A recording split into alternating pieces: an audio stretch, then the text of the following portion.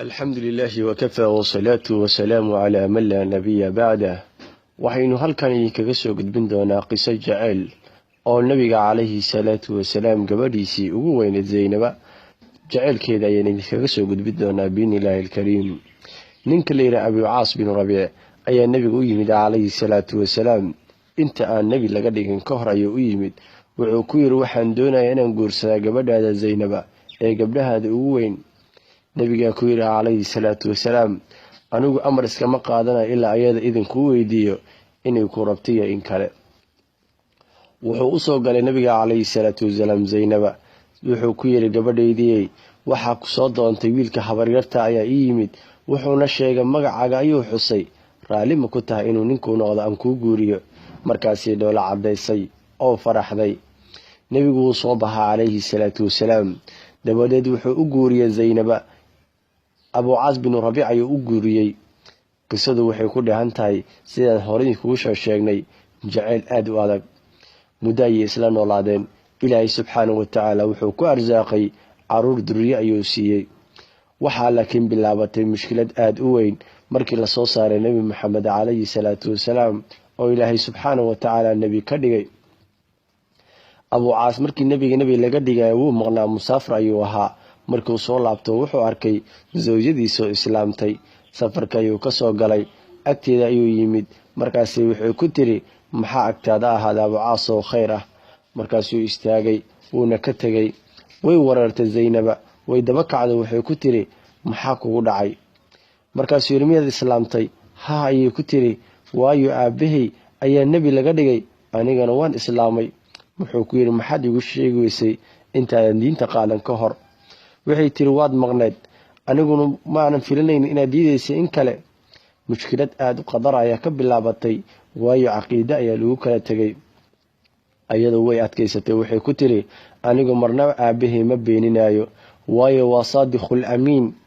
man ihi mid kaligeed islaamtay waxa islaamay hooyaday waxa islaamay gabdhihii la dhashay waxa islaamay adeerkay ayaa islaamay waxa islaamay Abu Bakr as-Siddiq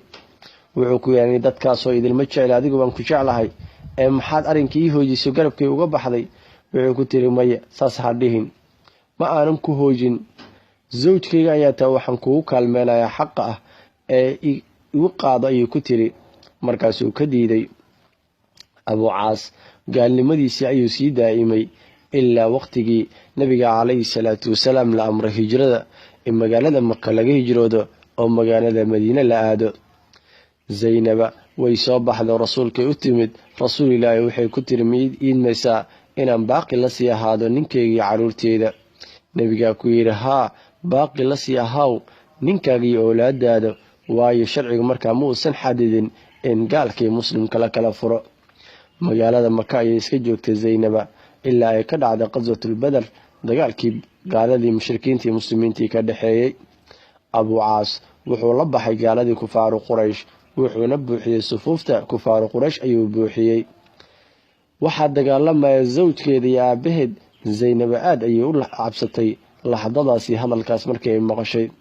way ilmeysay waxayna ku tiri ilaahayow waxaan ka cabsanayaa maalin qorax ii soo baxdo oo caruurteeda agama ay noqdaan amba aan aabahay aan waayo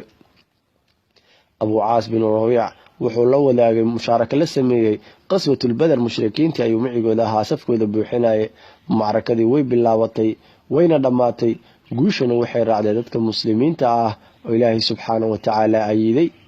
Abu Caas wuxuu galay gacantii asiirnimo yaana qafaal dadkii la qabtay ayuu galay magaalada Makka ayaa aqbaartii la keenay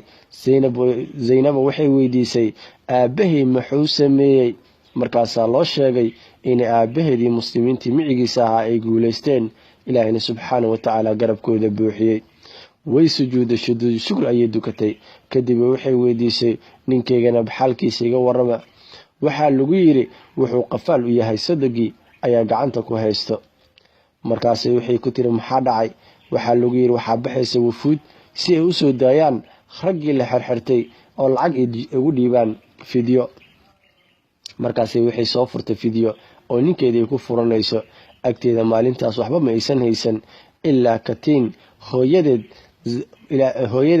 Khadiija bint Khuwayla oo nabiga hadda ka horsiiyay mooyaane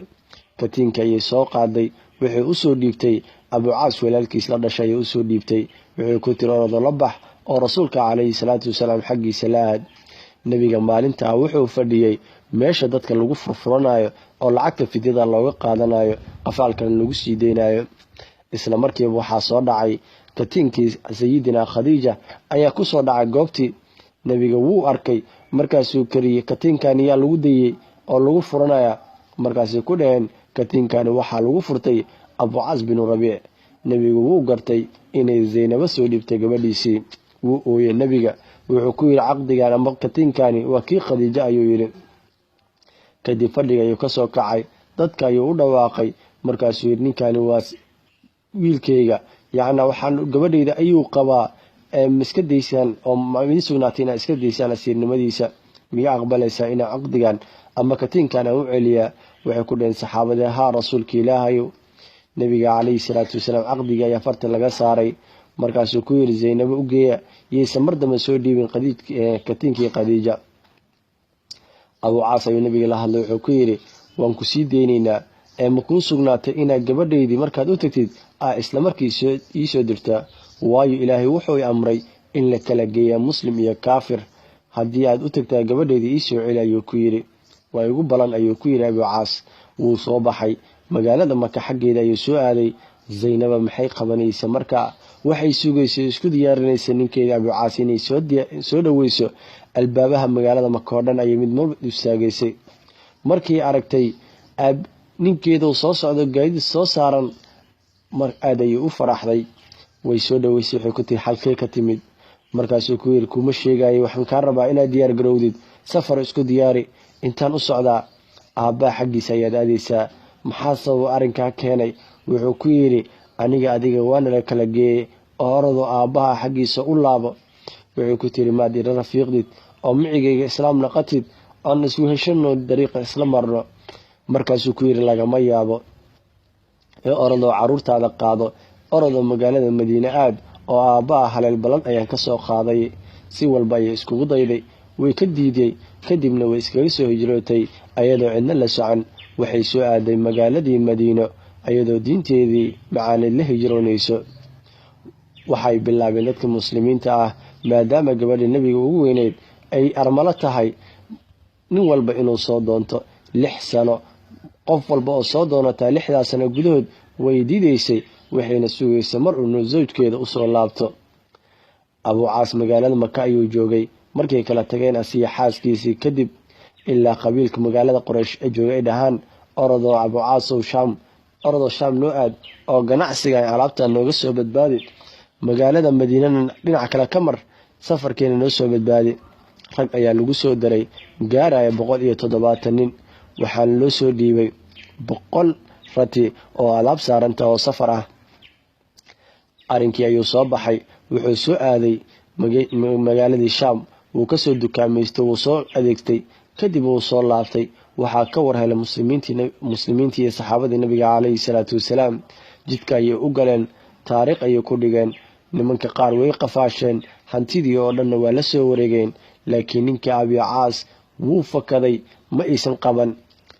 markuu habeenkii mugdiga noqday oo magaalada dhan mugdi noqday, Abucaas walwal iyo walbahaar ayaa u yimid. magaaladii Makana ma aadi karo oo nimankii Quraysheed xoolihiina waan ka soo tagay, kama yeelaa nafsigan la soo cararay. magaalada Madiina ma joogi karo, muslimiintu way raadinayaan. wuxuu bilaabay inuu mugdiga isku soo qariyo. kadib wuxuu u soo galay asigoo cabsanayo, khaa'ifayna taraqab ayuu wuxuu u soo galay Zaynaba gurigeeda. wuxuuna weydiistay inay magan gelisaa, wayna magan gelisay. waagii markuu dilaacay oo salaadii nabigu u istaagay calayhi salaatu wasalaam, safkiina uu simay, kuna sikaday inuu Allahu akbar yiraahdo, ayaa safka dhexda waxaa ka qeyliyay Zaynaba bintu rasuulillaahi sallallahu alayhi wasallam. safka dumarka ayay ku jirtay, halkaas ay ka dhawaaqday. waxay ku tiri dadow, anigu waxaan ahay Zaynaba bintu Muhammad, waxaan magan geliyay Abucaas ninka la yiraahdo ee ii magan geliya. markuu nabiga calayhi salaatu wasalaam salaam naqsaday salaadii, ayuu wuxuu fiirshay dadka xaggeeda, wuxuuna ku yiri war miyaad maqasheen waxaan maqlay? waxay ku dhahay haa rasuulillah, waa maqalnay. nebigu wuxuu yidhi ilaahay naftayda gacantiisa ku jirtaan ku dhaartay wallaahi wax ma kama ogi waxaad maqashay anna aan maqlay waan magan gelin qof muslimiin qof kamid oo magan geliyo nebigu wuu istaagay calayhi salaatu wasalaam salaadii ayuu dujiyey kadib uu soo jeestay ku yidhi dadow inna hada rajul ninkaan u jeedaan wuxuu ahaa sadag ayaan u ahaa gabadhayda ayuu qabi jiray arrin ayuu ii sheegay waan ii rumeeyey arrin ayuu ii yabo waan ii oofiyey ee miga aqbalaysaan inaan hantidiisa aan u celino oo beledkiisa uu ku laabto arrinkaas ayaa agteeda loogu jecel badan yahay haddaad diidaan laakiin arrinku amarku gacantiina ayuu ku jiraa waxba xaqa kuma lihi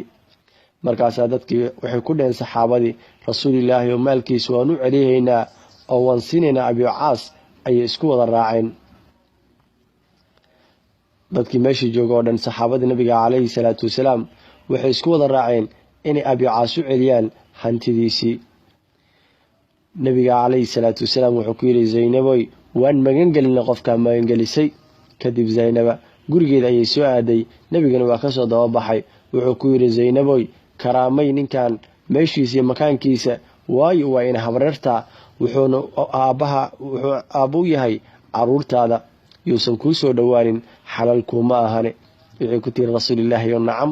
kadib uu usoo gashay abiicaas wuxuu ku tiri abiicaasow waad aragtaa sida loo ilhaaneeyey kooxdaadii iyo mushrikiintii iyo gaaladii ku sugnaatay inaa islaamtaa oo annaga nala joogtaa micigeena hataaniya caruurtaada abiicaas madax ayuu ciidda ka ilaashaday markaasuu yidhi maya maalkii ayaa la siiyey wuxuu u laabtay magaalada madiino markuu magaalada maka ayuu u laabtay markuu magaalada maka gaaray ayuu istaagay wuxuu ku yidhi dadow hantidiina baliga dhoora oo iga fiiriya wax miyuu idinka maqan yahay markaasuu ku dhaheen maya waa noo wanaag samaysay waana noo soo badbaadisay